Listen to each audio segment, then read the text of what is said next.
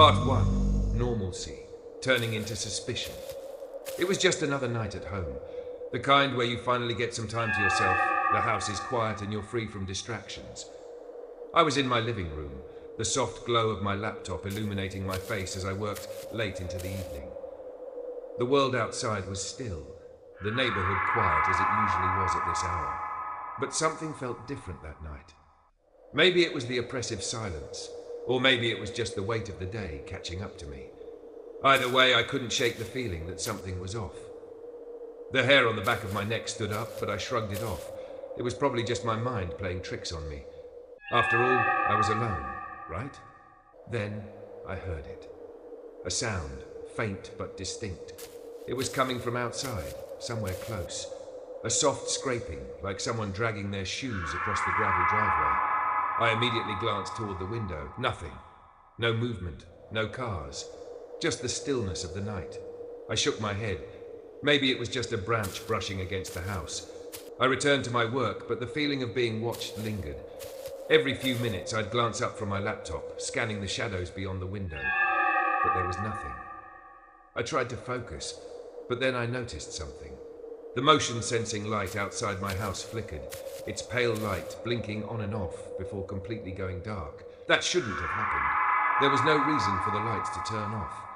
The sensor was working fine earlier that day. I got up, walked to the window and peeked outside. Still, there was nothing. No sign of anyone. But why had the light gone out?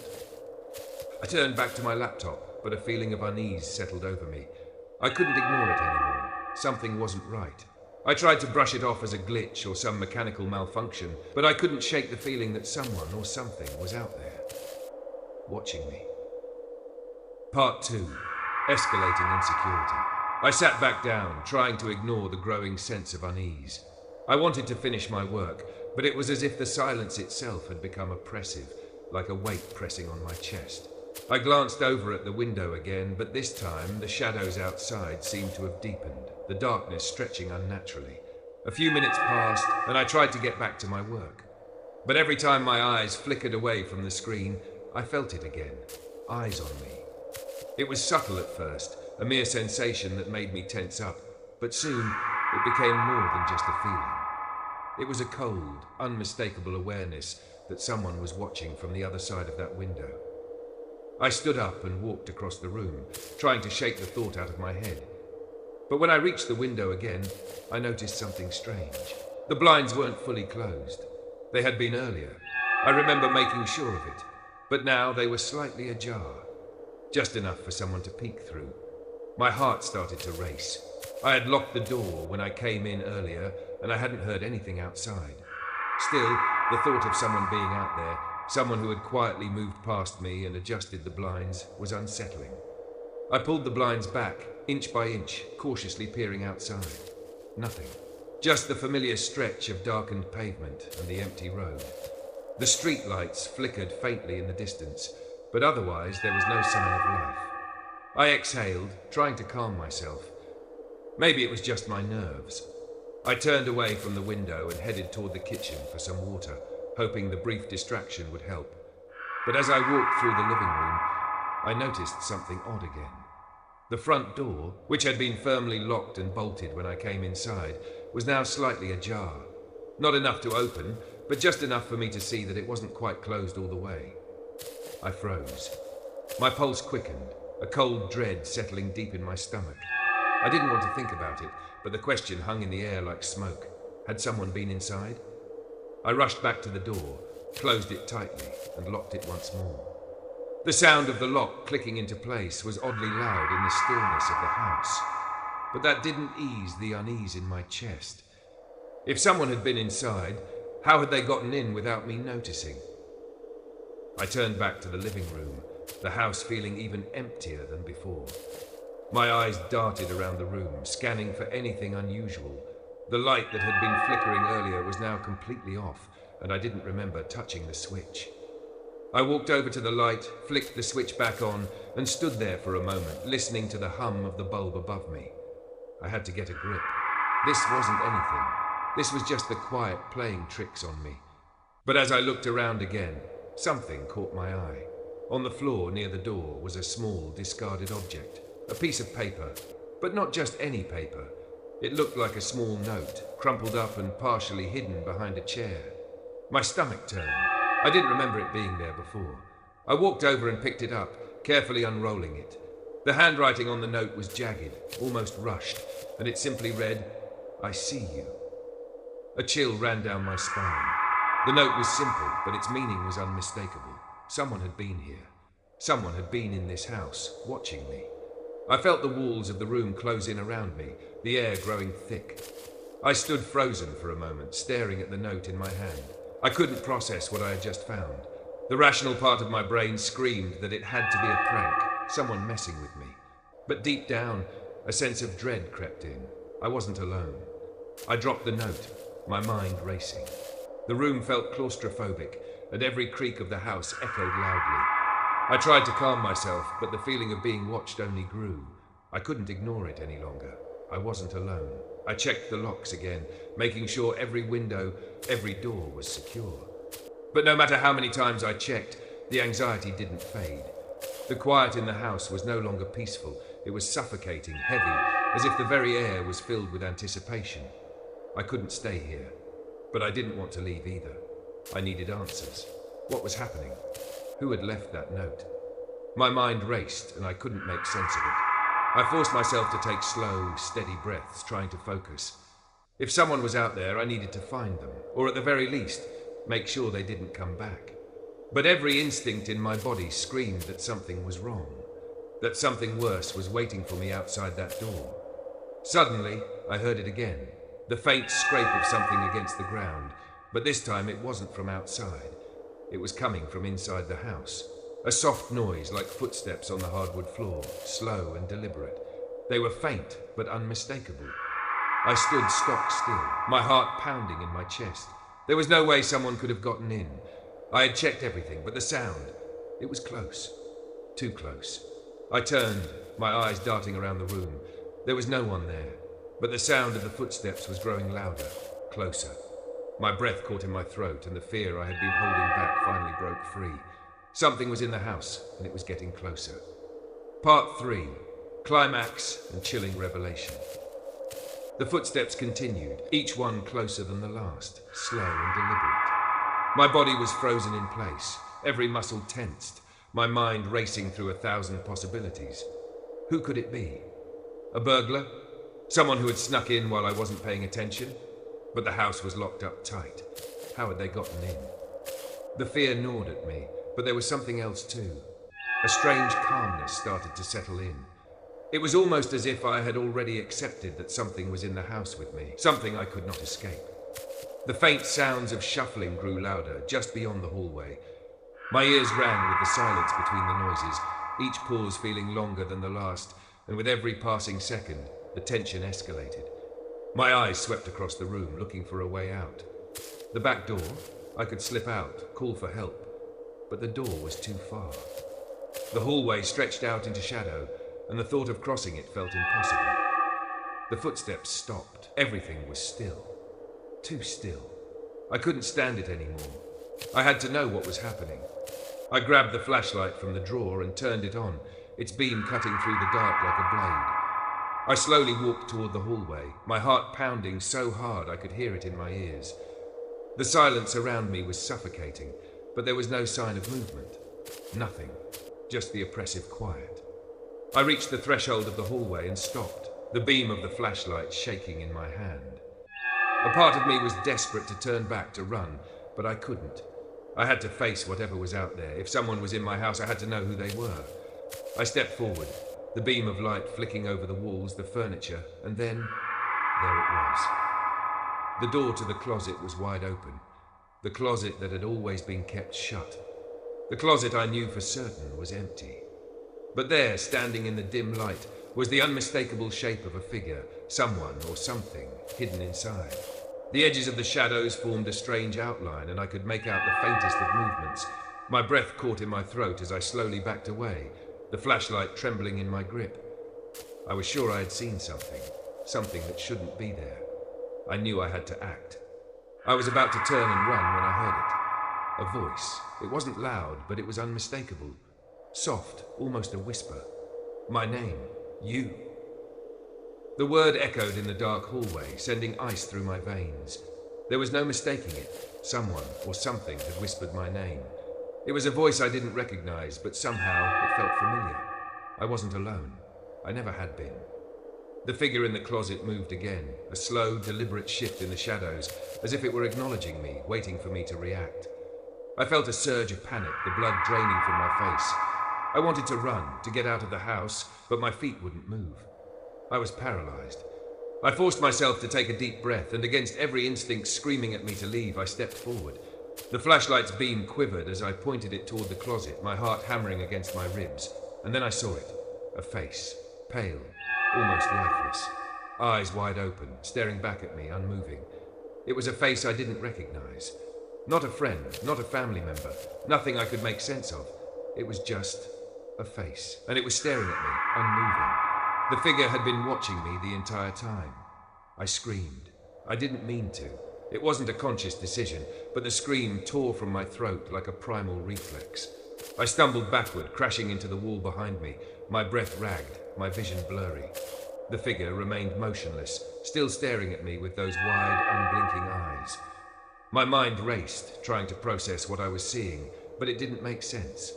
How was this even possible? Suddenly, the door slammed shut. I jumped, spinning around to face the sound, but it was too late. The closet was empty. There was no one there. No figure, no face, nothing. I stood there, staring at the now closed door, my body trembling.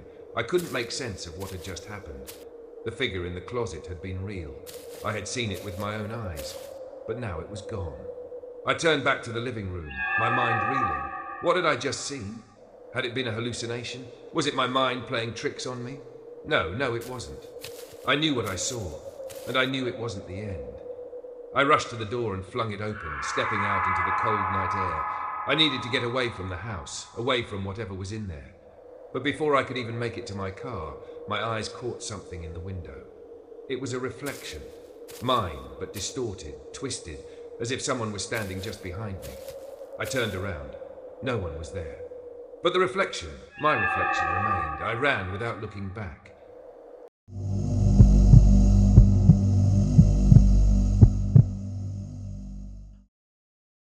Part 1. A quiet escape to the woods.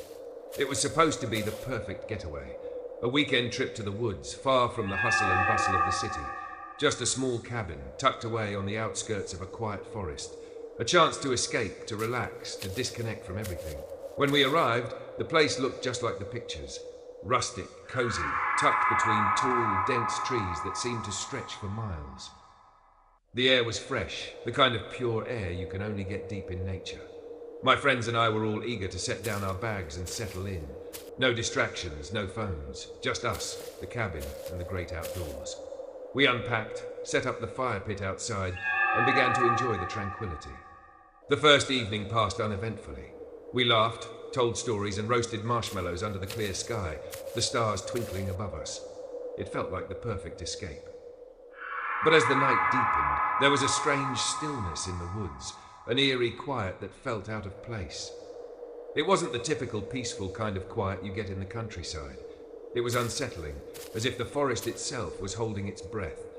No owls hooted, no branches creaked in the wind, just an uncomfortable silence, thick and heavy. We shrugged it off. Maybe it was just a quiet night, I thought. But still, I couldn't shake the feeling that something wasn't right. It wasn't just me, though. My friends seemed to sense it too. Everyone was a bit on edge, but we tried to ignore it. We went inside the cabin after a while and settled down for the night. The cabin was charming in its own way, but as I lay down in bed, something felt off. The wood creaked with every movement, and I could hear the wind rustling through the trees outside. It was an old cabin, yes, but this was something else. I lay there in the dark, trying to shake the nagging feeling of being watched. I tried to push it aside and drift off to sleep, but sleep didn't come easily. I kept tossing and turning, my mind too active, too alert. Every small sound from outside made my heart race. The feeling of being watched wouldn't leave. Finally, I dozed off, but it wasn't a peaceful sleep. The dreams that night were strange and unsettling. In the middle of one of them, I woke up to the sound of footsteps outside the cabin. Slow, deliberate footsteps, like someone walking in the leaves. I listened, straining to hear over the creaking of the cabin, but there was no mistaking it. Someone was out there. I sat up in bed, my pulse quickening. Was it a neighbor? Someone walking through the woods? We were pretty isolated, but I hadn't thought it was completely desolate. I grabbed my flashlight, hoping it was just someone passing by, maybe a hiker or another camper. But when I peeked out the window, I saw nothing. The woods were still, dark and quiet. I couldn't even hear the footsteps anymore. I stood there for a moment, my mind racing, but all I saw was the dense forest stretching out into the darkness.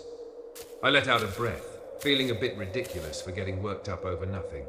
But still, that feeling lingered. Something didn't feel right. I turned away from the window and walked back to bed, but my mind wouldn't settle. I lay there for what felt like hours, listening to the wind outside, the occasional creak of the cabin, the soft rustling of trees. And then, just as I thought I could drift off again, I heard it. A knock. It was faint at first, barely audible, but it was unmistakable. A soft knock on the cabin door, like someone gently tapping on it. I froze.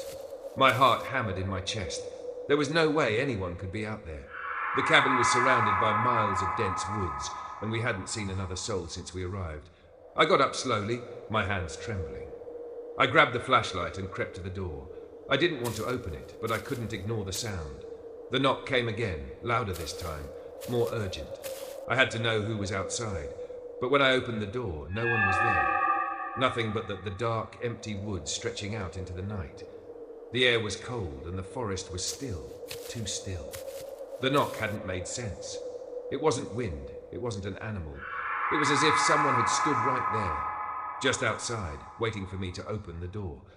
My heart pounded in my chest, and I quickly shut the door, locking it behind me. My mind raced. What the hell was going on? My friends were still asleep, oblivious to the strange sounds outside. I didn't know if I should wake them or just let it go, but I couldn't shake the feeling that someone or something was out there in the woods, watching. I tried to convince myself it was nothing, just a bad dream, a trick of the mind. But the knock, it was real, and it had come from right outside. Part 2. The disorienting feel of being watched. The next morning, I tried to brush off the strange events of the night before. Maybe it was just the isolation getting to me, or maybe I had imagined the knock on the door. After all, it was a cabin in the woods. Old houses creak and the wind plays tricks on your mind. But that wasn't enough to settle the gnawing feeling in my stomach. When the sun rose, the forest seemed to come alive. Birds chirped in the distance, and the rustling of the leaves in the wind gave the impression of movement. But something was still off. The silence from the night before hung in the air, like a thick fog that refused to lift. We spent the morning hiking through the forest, trying to forget about the unsettling events of the night. The trails were peaceful, surrounded by towering trees and the soft scent of pine. But as we walked, I kept feeling like we were being followed. Every time I turned around, I'd catch a glimpse of movement between the trees, just a flicker of something moving quickly out of sight. My friends didn't seem to notice, laughing and joking as they forged ahead, but I couldn't shake the sense of being watched. It wasn't just the movement in the trees, it was the feeling that something was always just behind me, just out of view. I couldn't explain it. I'd hear footsteps behind me, but when I turned, no one was there.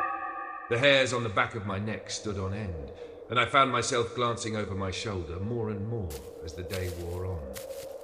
We eventually made our way back to the cabin, hoping to rest for a while before heading out for another hike. As we sat inside, I noticed something odd, a faint dark mark near the door. It was like a streak, as if something had been dragged across the wood. I hadn't seen it when we left earlier, and no one could explain how it got there. I tried to ignore it. Maybe it had been there all along, but I hadn't noticed it before. Still, it unnerved me. The feeling of unease, the sensation of eyes on me, hadn't left. It was building slowly like the quiet before a storm. That evening, we decided to take a walk through the woods once the sun had set. The air was crisp, and the forest, bathed in the golden light of dusk, seemed peaceful. But as we ventured deeper into the trees, That quiet from the night before returned. The birds stopped singing, the wind died down, and there was a stillness in the air that felt unnatural. We reached a small clearing, and the sun dipped below the horizon, leaving us in the growing darkness. The moment the light was gone, the unease turned into full-blown dread. The air felt thick and heavy, as if the forest itself was watching us, waiting for something. I looked around, scanning the edges of the trees, trying to shake the feeling, and then for just a second I saw something. A figure. It was standing between two trees, barely visible in the dimming light. I couldn't make out any details, but I saw the shape, tall, thin, and unmoving. My heart skipped a beat. I nudged my friend, pointing in the direction where I saw the figure. They turned to look, but by the time they did, it was gone. I felt my pulse quicken. It had been there. I wasn't imagining it. "Did you see that?" I asked, my voice shaking. "See what?" my friend replied, glancing around. "There's nothing there." I knew what I had seen. I wasn't crazy. But in that moment, I didn't know what to say. The last thing I wanted was to look like I was overreacting, but the truth was, the longer I stayed here, the more I felt like I was losing my grip on reality. We decided to head back to the cabin, but as we walked, I felt it again, eyes on my back, like someone or something was trailing us through the woods. I tried to ignore it, but the feeling kept growing stronger, closer. My breath became shallow, my mind racing. As soon as we returned to the cabin, I bolted the door and shut the windows, hoping that whatever or whoever had been following us would stay away. But the feeling didn't dissipate. It lingered, creeping into every corner of the cabin. The shadows seemed longer, the silence deeper, and the air more oppressive. I couldn't shake the sense of being watched. I knew something was out there, something I couldn't explain, but it was there, and it wasn't going away. That night, I decided to take extra precautions. I checked the doors and windows twice, making sure everything was locked tight. But as I lay down in bed, the room feeling suffocating, I heard something that made my blood run cold, a soft knock on the door. I immediately froze. My heart pounded in my chest. The knock had come from the same direction as before, from outside the door. But this time it wasn't a gentle tap. It was louder, more deliberate. I lay there, paralyzed, trying to figure out what to do. Should I wake my friends? Should I call for help? But then I heard something else. Footsteps. Heavy footsteps, dragging slowly across the porch as if someone was pacing back and forth outside the cabin. The knock came again, followed by the unmistakable sound of someone, or something, scraping its fingers along the wooden door. I jumped up, grabbed the flashlight, and rushed to the door. My heart raced in my chest as I pressed my ear to the wood, trying to listen. I could hear the breathing. Low, ragged breaths, as if someone was standing right outside, just waiting for me to open the door. Part 3, the frightening discovery. I could feel my heartbeat pounding in my ears, each thud echoing louder than the last. The scraping sound on the door grew more frantic, the low, rasping breaths growing deeper and faster, as if whatever was out there was aware of my presence, waiting for me to make a move. Every inch of my body screamed to run, to leave the cabin, to escape whatever was lurking just outside, but I couldn't. I was paralyzed, frozen in place by fear. I pressed my hand to the door, desperately trying to steady my breath. My mind was racing. Should I wake my friends? But they were all sleeping soundly in the other room, blissfully unaware of the terror that was unfolding outside.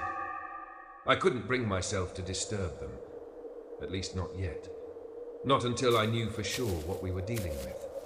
The scratching stopped suddenly, and the silence that followed was even worse than the sound itself.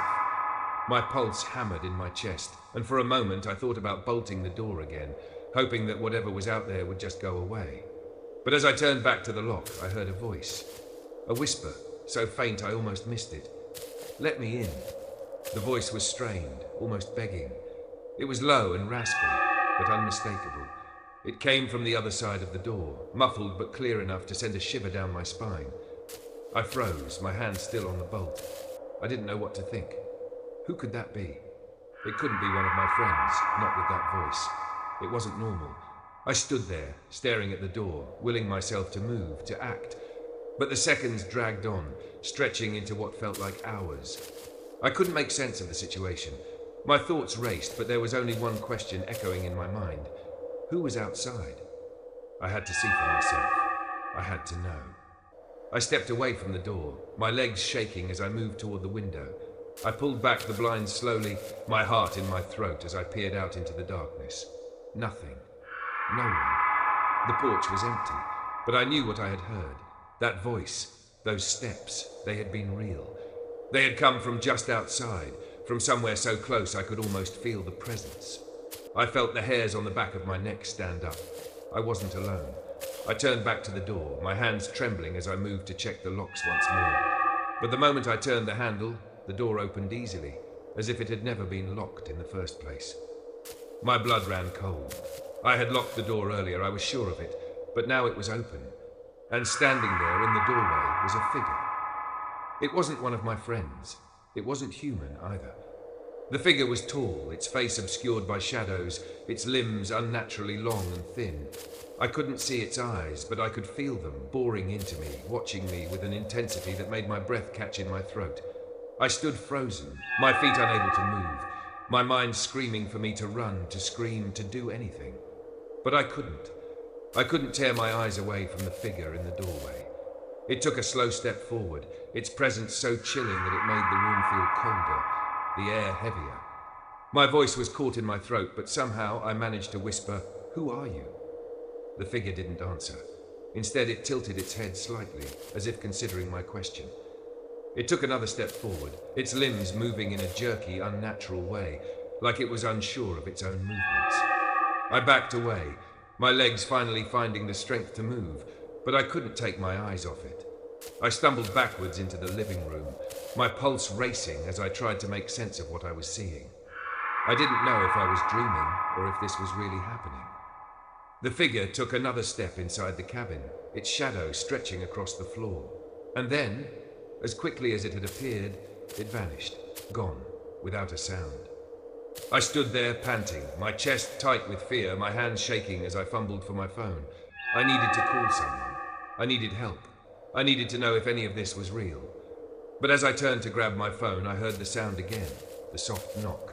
It came from inside the cabin this time, as if someone was tapping on the walls, making their way through the rooms. Slowly, methodically.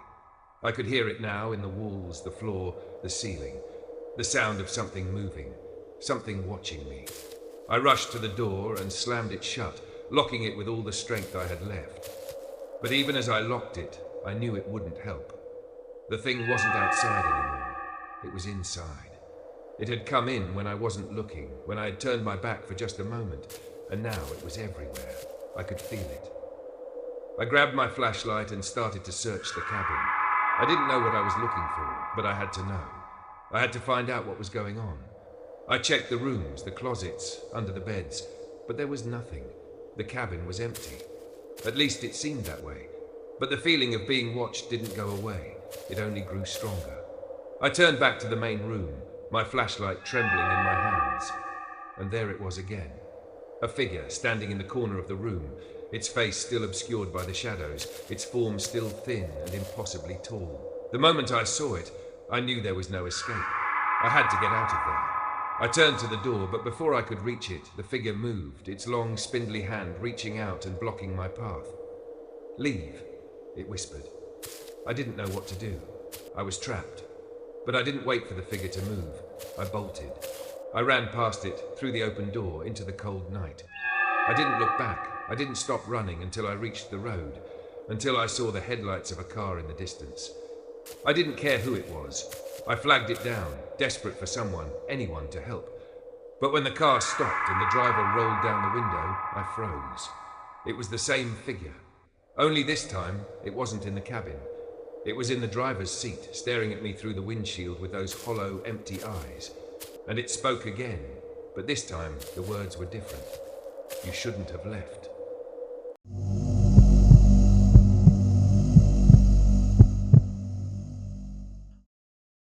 Part 1. The new house with a strange history. It was supposed to be the fresh start I needed. Moving into a new place in a quiet neighborhood, away from the noise of city life, and into a home that was affordable yet full of character.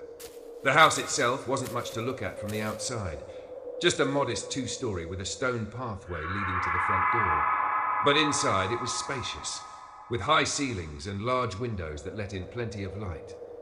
It was perfect, or so I thought. The real estate agent had been quick to sell me on the place, even though she was a bit eager, if I'm being honest. I didn't think much of it at the time. After all, I was just looking for something affordable, something quiet. She had mentioned that it had been on the market for a while, but that didn't raise any red flags. In fact, the price was a steal considering its size. I could only think about the extra room I'd have for my hobbies and the peace of mind that came with the neighborhood's serene atmosphere. The first few days in the house were like a dream. I unpacked my things and set up the place just the way I wanted it. The soft hum of the neighborhood, the lack of city traffic, it was exactly what I had been craving. But soon I began to notice little things that didn't quite add up. It started with a door. One of the rooms, located at the far end of the hallway, was always locked. I hadn't thought much about it at first. Maybe it was just an extra storage room or something. But curiosity got the better of me, and I decided to find out what was behind it. I remember the day I finally got the door open. I didn't have a key for it, so I used a small metal tool to try to pry the lock. It didn't take long before I was able to twist it open. When the door finally creaked open, I was surprised to find a small, dimly lit room. It was filled with dusty old furniture and clutter, but that wasn't what stood out to me. It was the equipment that caught my eye. Along one wall were several monitors, old but still functional, surrounded by rows of bulky surveillance equipment. It was like stepping into a room from a movie, except it wasn't a movie. I was standing there in the dim light, staring at the old security cameras and monitors that were still wired into the house. A chill ran down my spine. I quickly shut the door, my mind racing. Why were these cameras here? And who had installed them? I didn't tell anyone about it. I wasn't sure how to explain it. How do you even bring up something like that without sounding paranoid? So I just let it go, pretending I hadn't seen it. But every now and then, I would catch myself glancing down that hallway, wondering what I had stumbled into. Something wasn't right about that room. I could feel it. Then came the strange noises. It started out subtle, a faint clicking sound, like something turning on and off. It would happen randomly, usually at night. At first, I thought it was the house settling, the pipes, or even an old appliance acting up. But as the noises became more frequent, I began to wonder if there was more to it. One night, around midnight, I was lying in bed when I heard it again. The click, then a soft beep. I sat up, the hairs on the back of my neck standing up. I wasn't imagining it this time. It was real. Someone or something was triggering those sounds. I walked down the hallway, careful not to make a sound. The rest of the house was quiet, eerily so. When I reached the room with the surveillance equipment, I noticed that the light was on. I hadn't left it on. I hadn't even been in there for days. My heart began to race. I pushed the door open slowly, and there it was. The monitors were all active, and the cameras on the screen were flicking between different angles of the house, different rooms, different views of the yard, and they were moving. It was then that I realized the worst part. The cameras weren't just positioned around the house. Some of them were inside.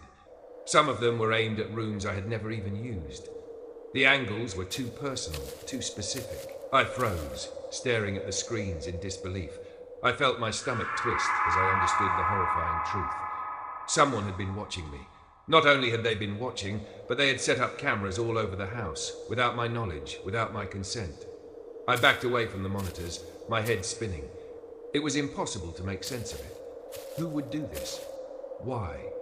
Was someone still watching me now? The possibility was too terrifying to even consider. But it wasn't just the cameras that unsettled me. It was what was on the monitors, what was visible on the screens. There were recorded images, grainy footage of me, of my movements around the house. And it wasn't just from the day I moved in. The footage was dated. It showed moments from days before I'd even set foot in the house. I wasn't alone in this house. I never had been. The realization hit me like a brick wall. Whoever had installed the surveillance system had been living here before me. But they were gone now, and I was the one who had moved in. They had watched me without me knowing from the moment I stepped inside. But what if they were still watching? I hurried to the door, trying to lock it. But as I turned the knob, the door wouldn't budge. Something was blocking it from the other side. Panic set in. I couldn't leave. I couldn't escape. And then I heard it. The faint sound of footsteps coming from somewhere deep inside the house. Footsteps that shouldn't have been there. My heart leaped into my throat. I wasn't alone. Part 2. Watching and being watched. The footsteps grew louder. At first they were slow, almost cautious, but soon they began to quicken, moving toward the room where I stood frozen in terror. My breath hitched in my throat as I instinctively backed away from the door, my body shuddering as the realization sank in. Someone was inside the house with me. But the thing that haunted me the most? The footsteps weren't like those of a burglar or an intruder. They sounded deliberate, knowing, as if they were planned. I strained my ears, trying to pinpoint where the footsteps were coming from, but it wasn't just the footsteps. I could hear other sounds, soft clicks, faint hums of machinery, almost like someone was testing the equipment. A chill ran down my spine as I stood there, gripping the doorknob, feeling the weight of what was happening crash over me. Someone had been watching me this entire time, and they were still here, in the house, somehow controlling what I saw through the monitors. I backed further away from the door, my feet barely making a sound on the old wooden floor as I tried to process what was going on. I turned toward the monitors once more, my heart pounding in my chest. They were still showing me. The footage was live, but now it was different. The cameras were zooming in on me, tracking my movements in real time, as if the person on the other side knew exactly where I was. A sense of dread filled my body as I realized that the footage wasn't just a random view of the house. It was my house. My life. The cameras were following me, recording everything. Every little move I made. And it wasn't just the usual corners of the house either. I recognized angles that were disturbingly specific, right down to the places where I'd placed my personal items, where I'd sat, where I'd walked. The footsteps stopped, and I heard the unmistakable sound of the door to the living room opening slowly, the creak of the hinges filling the silence. The room felt colder as I stood there, staring at the monitors. My mind raced, trying to figure out what to do. I could hear the breathing now, a soft, labored sound coming from somewhere in the house.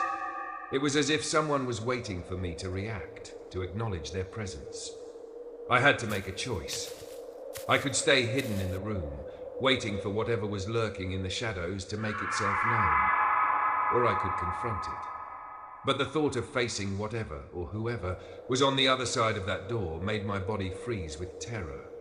I took a deep breath and forced myself to leave the surveillance room.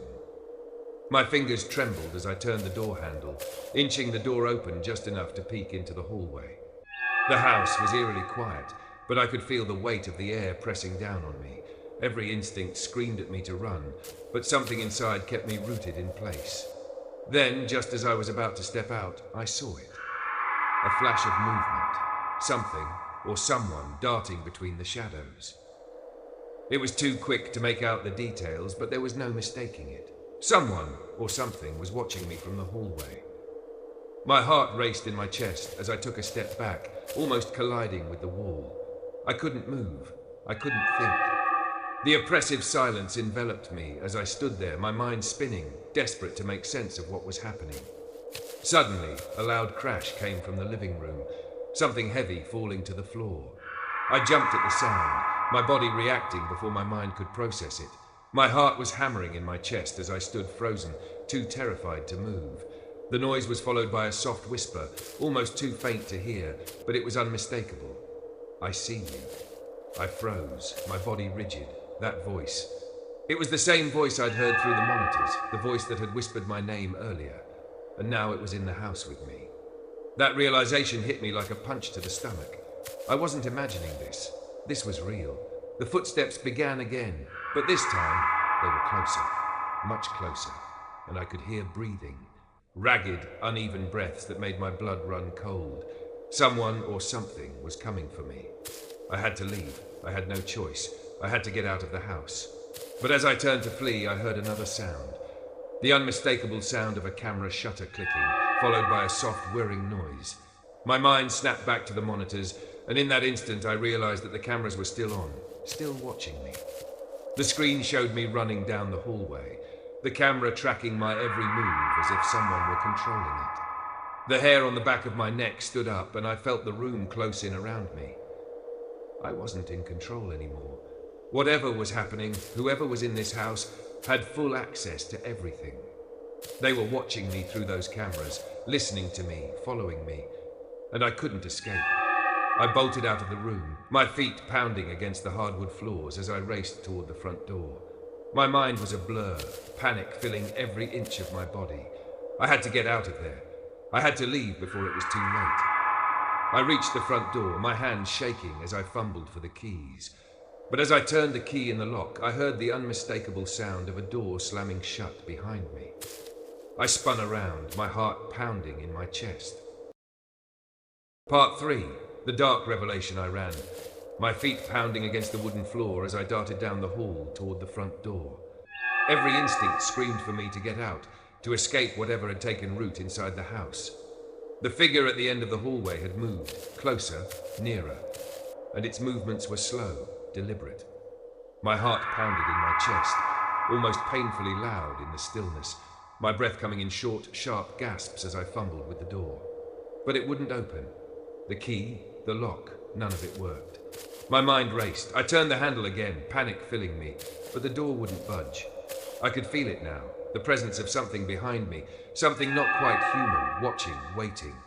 I spun around, heart hammering, trying to get a sense of where the figure had gone. But there was nothing.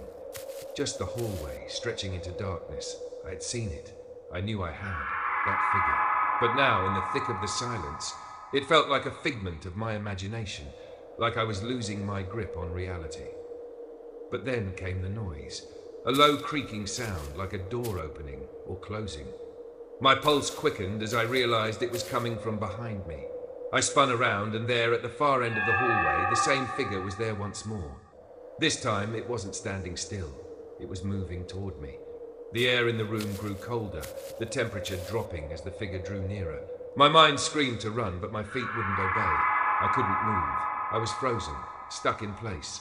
The figure's features were still obscured, its face hidden in shadow, but I could feel its eyes, cold, calculating eyes that seemed to see right through me. I took a step back, the cold air biting at my skin, and that's when I saw it. A reflection, barely noticeable at first, but unmistakable. The figure's shadow didn't match its body. It was moving on its own, an unnatural, exaggerated version of the figure standing there in the hallway. It took another step forward, and the sound of its footfall echoed in the empty space. "You're never leaving," the voice said again, colder this time, devoid of any warmth or emotion. It wasn't a threat. It was a statement, something as inevitable as the air we breathe. I stumbled backward, my hands reaching out for anything to steady myself. But there was nothing. The hallway seemed to stretch on forever, an endless loop of darkness and fear. The cameras, the monitors, that's when I remembered. The very thing that had led me into this nightmare, those damn cameras in the surveillance room. Whoever or whatever had been watching me had been using those cameras to track my every move. But now I realized something far more terrifying. The footage wasn't just of the house. It wasn't just of my movements. It was of me, in my most vulnerable moments. The footage was tracking me, recording me in real time, and someone was still controlling it. Someone was still watching me from the shadows. I thought I heard a click, like a switch being flipped. A sharp digital sound that seemed to echo around the house, vibrating in my chest. And then it hit me. I wasn't alone in the surveillance room anymore. The doors to the room had been locked, but now they were wide open. The monitors on the desk flickered to life, showing the very spot I had just run from, the hallway. But it wasn't just any footage. The camera angle was zoomed in, and there I was, on screen, staring at myself, frozen, as if the cameras had captured a moment in time. But there was something wrong. The reflection, the shadow, was no longer mine. The figure had moved. It was now in the screen, positioned behind me. I turned toward the room, dread filling my stomach. The air around me felt thick, suffocating, and I couldn't stop shaking. I didn't want to go back. I didn't want to face whatever was in that room. But I had no choice. The feeling of being watched was too overwhelming. I walked back toward the surveillance room, my legs unsteady, my mind spinning. I wasn't sure what I expected to find, but the closer I got, the more I felt it. The weight of the presence in the house, closer now, almost tangible. I stood in the doorway for a moment, my hand on the frame, but as soon as I looked inside, I froze. The room was empty. The monitors were still on, but there was no one in the room with me. Yet I couldn't shake the feeling that I wasn't alone. The silence felt like it was pressing down on me from every angle. I walked into the room, my feet almost silent against the cold floor, and I found myself staring at the monitors again. This time the footage was different. It was of me. But not just of me. There were multiple angles, multiple versions of the same thing. It was as if the cameras were watching every corner of the house at once. I saw myself walking down the hall, entering rooms, touching objects. I saw my face, distorted, blurred, like a faint reflection in a cracked mirror. Then I saw it. The monitor on the far side of the room flickered, and the camera feed changed. This time it wasn't me on screen. It was the figure. It had moved into the frame, standing just outside the window, peering in. Its eyes, those cold, calculating eyes, met mine through the screen.